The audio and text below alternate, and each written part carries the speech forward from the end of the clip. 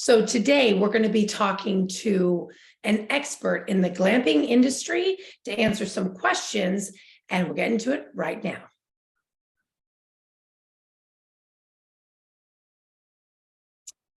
So like I mentioned, we're going to be talking to an expert in the field of glamping and the glamping industry, where it's going, where it's headed.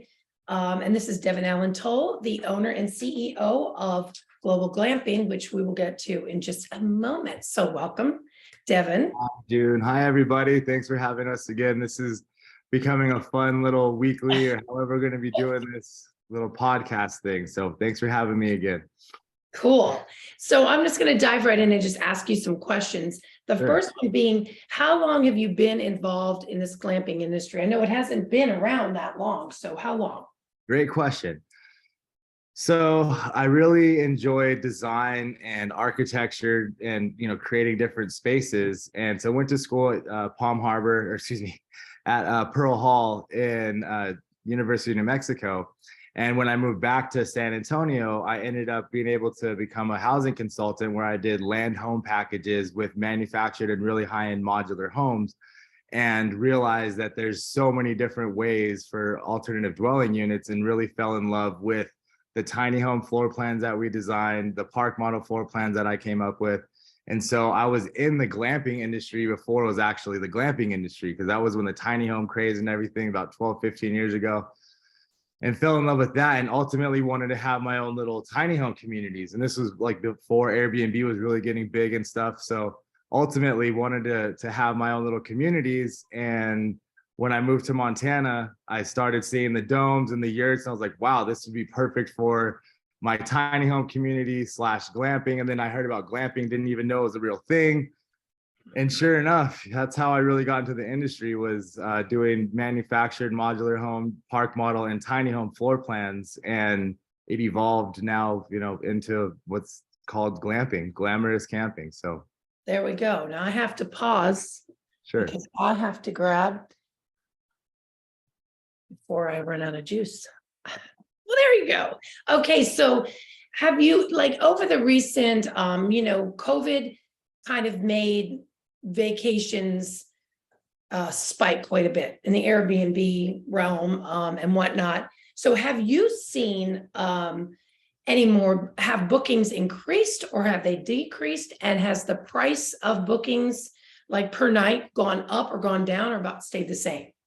So what's really amazing about what we've been able to create with this community, TLC, Together to Love Community, inside of the glamping industry through Global Glamping, is we're really creating and curating a whole new travel experience that really wasn't available previously. Because going to, resorts and sitting by the pool, having some drinks, that's fun and everything. But with COVID and everything, it really started driving people outdoors. And when they went outdoors in these cool glamping areas, they wanted to experience the local attractions and do guided fishing tours and everything. So it's really creating a whole new space for people to not only have these amazing accommodations that you can see, this dome here with the hot tub, but this is at Pipestone in Montana, where they have hundreds of miles of ATV and outdoor experiences for, dirt bikes and stuff like that. So it's really integrating the natural surroundings, whatever location it is, with these cool accommodations. And that's really what shifted into glamping. So have bookings are you getting more reservations? Are there less? And and the cost. So when all of that happened, the bookings went up really, really high. And they've kind of leveled down a little bit, but they're still at the same occupancy level. But people are being able to add those add-ons and be able to add additional costs per night. So you're getting more for the actual rentals. And then what you see as far as the bookings, they're leveling out right now from 2021 and 2022 from COVID. So that structure in the picture, like your screen, or your whatever you call it, I can't think of it. Is that one of your structures, and what is that? Sure. This is a 20-foot geodesic dome. It is actually connected to a natural hot spring. So this hot springs runs through the hot tubs, and it's sleeps 2 people. It's in Pipestone, Montana. We did build this one right here. Yes. Nice. So for you, what is, if you were to pick an ideal project, like money weren't an issue and you really wanted to, what would be your ideal project? Man, see, there's so many different options in the glamping industry, and that's why it's awesome to work with someone like ourselves that knows all the different structures and what climates and everything. So depending on the climate, it would really depend on the structure. So if we were saying, if I could pick anywhere in the world and do, you know, a glamping project, let's say, for example, El Naranjo Reserve, shout out to Alexis. It's a Forbes Global featured property. And yeah, it's beautiful. So check it out, guys, elnaranjoreserve.com. It's a beautiful development that we're going to be working with, that we currently are under, you know, contracts and stuff like that. So keep an eye out for that. But that is a 700 hectare, which is about 2.34 acres. So it's over a little over 1,400 acres. So something like that, we'd have a multitude of different structures like geodesic domes, tree houses, some of the cocoon units, which are these amazing wooden pods, you know, custom architecture. So having a variety of cool different amenities and structures really helps to elevate the experience, because not only are they getting to stay in these cool amenities, but then it draws them back to stay in the tree house or the dome or whatever, you know, whatever unit that they have available. So having a different variety of structures is really, really good to do. Cool. And what structures, if you were to give somebody advice, somebody who is new to the glamping industry, what structures do you recommend, and what structures would you say maybe stay away from? Perfect. So great question. The reason why I came up with these starter kits for people is because if I would have known what I know now when I first started, I wouldn't do the domes and the yurts and everything, because of the cost is, you know, $30,000 to $50,000 roughly for one of those units.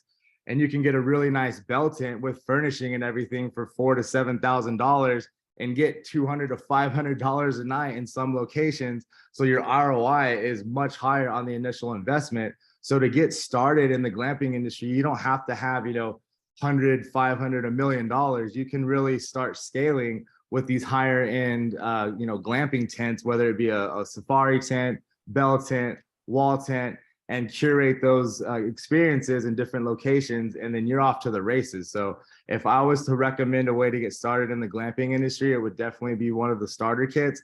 You get everything you need. You can run it in the summertime and still make a 3, 4, 5x return on your investment, and it gets up and running really quickly. Nice. Yeah. And so what do you see global glamping, because we've done several different videos about your company per se and your vision, but what is the future for global glamping, like 5 years, 10 years? Where do you see the company going? Sure. So really what I would love to see, and it's already really happening, is have international glamping developments that have the most unique experiences and accommodations, offering, you know, once in a lifetime, not only experiences for the kayaking, canoeing, guided fishing tours, submarines, I mean, private helicopter, I mean, all kinds of cool experiences, but being able to have like brands throughout the world that people can go to under the global glamping umbrella and know that they're getting a, you know, premier, well taken care of, top-notch, not only amenities but service, and be able to be the world's leader in the glamping industry, curating developments all around the globe. Cool. And then for somebody who is just kind of starting, what would you say if it were property that they had currently? What would be, let's say property they have. What would be the minimum investment, do you think? Because I get that question often. Like, so what's the minimum investment? So the minimum investment would be your time, because I had to get really, really creative and I didn't have a lot of money. So I was actually able to contact a yurt manufacturer, set up the yurt on my property, do a rev share. So I didn't actually really have to come out of pocket any money for the structure. I got creative. So if you can get creative and utilize your time to work deals, you don't have to necessarily have any even money up front. But if you wanted to just come out of pocket, pay for a structure, we have bell tents starting out as low as $800. You could find some furnishings on Facebook Marketplace. put together some things for $1,200, $2,000 max, and you could be off to the races with your own Airbnb short-term rental global glamping structure and making money right away for $2,500, if not less. Awesome. And then can you name a couple of I know there's Airbnb, there's HipCamp. What are some of the other platforms that are, kind of in this genre? Sure. So there's a few different booking platforms right now. There's Tenter, there's CampSpot. HipCamp is a fairly large one as far as short-term rentals for specifically glamping, but it's geared more towards the camping aspect. Airbnb, obviously, VRBO, and then we're actually have our own booking platform that we're entering into the space with as well, to really hone in on just glamping and the glamping experiences. So we currently have our own platform that we have available right now, as well as an app that we're going to be having live in beta testing this summer. So that's really what we're gearing towards. But as of right now, HipCamp, Airbnb, Tenter, CampSpot. I mean, there's quite a few, but just to name a few. Okay. And so as the owner, so yeah, AutoCamp is another one. AutoCamp, as the owner of Global Glamping, and so now we're talking about your company. If there was somebody who wanted to Global Glamping is our company. It's the world's company. Our company, yes. If there was somebody who wanted to invest hands off, what would you recommend to them? Sure. Depending on what they have available to invest, perfect reason we started these starter kits is we have permitted land. It's already zoned, ready to go, to where you can purchase one of these starter kits, put it on our qualified property, do a rev share with Global Glamping, get to work with us in our ecosystem directly. You get a 42.5% rev share, and we in Global Glamping will send you your monthly dividend check, and we'll be able to do all the management, all of the back end stuff, and our investors collect a revenue share from the profits they receive from their structures. Sounds like a pretty good deal. Any other closing thoughts? Anything you want to say yourself? Guys, we're really truly here to share TLC, togetherness, love, community with the world. This is a global movement, and it's in our collective consciousness to really, work together, help each other out, curate these amazing experiences. And we'd love to have you on board as we grow this worldwide business. And when you become part of Global Glamping, you really are like family. So check out our reviews on Airbnb and Google. I mean, we got some amazing stuff going on, guys. So again, June, thanks for your time. Thanks for having me. And yeah, I love it, man. So let's glamp. So today we were talking about the glamping industry and getting some specifics and some questions answered. So if that's what you're looking for, you got to let us know, reach out, send us a text, give us a call, send us an email, however you wish to connect, because we got you covered in the glamping industry. And we'll see you on the next video. Bye for now. Their glamps out. Glamps out. I love it.